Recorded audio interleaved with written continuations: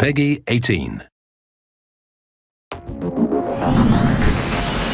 A brutal blood sport of the future.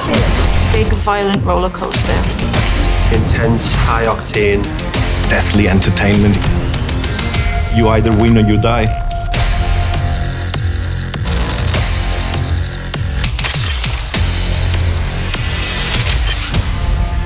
So in the year 2066, human cloning is commonplace.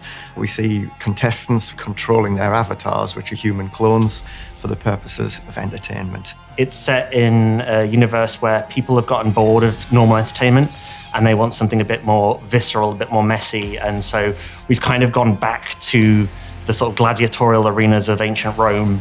It's what you expect the ultimate game show in the future will be.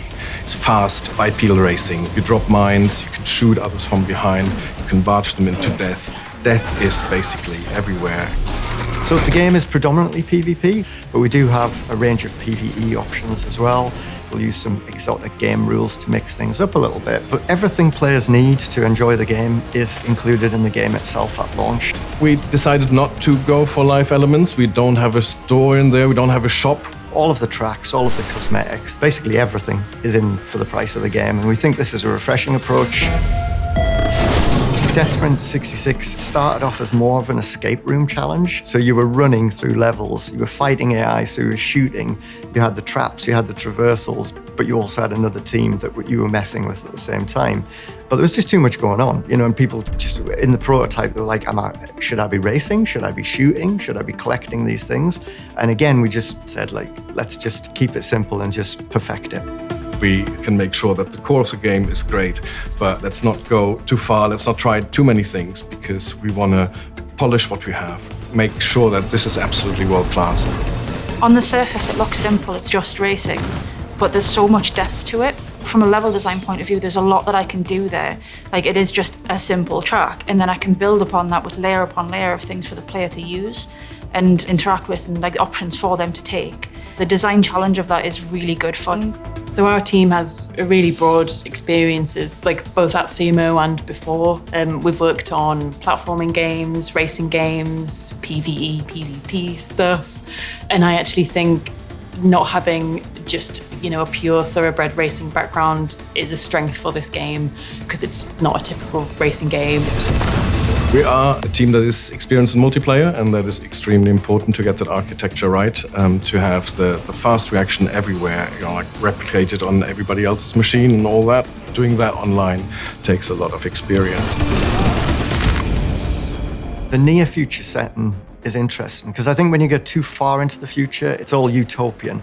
And I think it's far more interesting for games like DeathSprint to take more of a Paul Verhoeven approach, So when we look back at things like RoboCop, it's tangible. You can actually imagine the world in 50 years' time. You can imagine the problems of today kind of, amplified over that period of time. And the violence in the game, it's there, it's got a purpose. It should be kind of shocking, but also laugh out loud funny. It's not there to be gratuitous. We're not making Saw. You gasp, but it's punctuated with a laugh, ultimately. The aspect of gore in the game is one that has split the team, interestingly, at the beginning, because some people were saying, we might turn people off. We tested that, and people came back and said, actually, no, it's cool. It's so over the top that you think, oh my God, this can't be real. Our clones have 200% more blood than a normal human being should. Especially because at high speeds, we really need to crank that goriness up to 11 for people to notice it. There's something very compelling about kicking someone's head down the track and leaving a bloody messy trail as you do it. It's great. Fame is incredibly important to the fantasy of DeathSprint. On a simple level, that's kind of your rank, and the XP that you earn is what we call hype. But it's all about exciting an audience, really. It's about, keeping an audience glued to the screen. And to do that, you're doing more and more extreme things. You could make comparisons with the world right now. We're surrounded by clickbait, shock headlines. Have you seen this? Click, click, click. That was the start of the idea. Ultimately, it's a riff on the notion that we're entertaining ourselves to death. There are loads and loads of cities that have been abandoned. That's basic cheap real estate that backmen can buy and put racing tracks in it. As they travel through traversals and around the track, to carry that speed and keep getting faster and faster and faster to the point where, you're blurring the line between being in control and being totally out of control.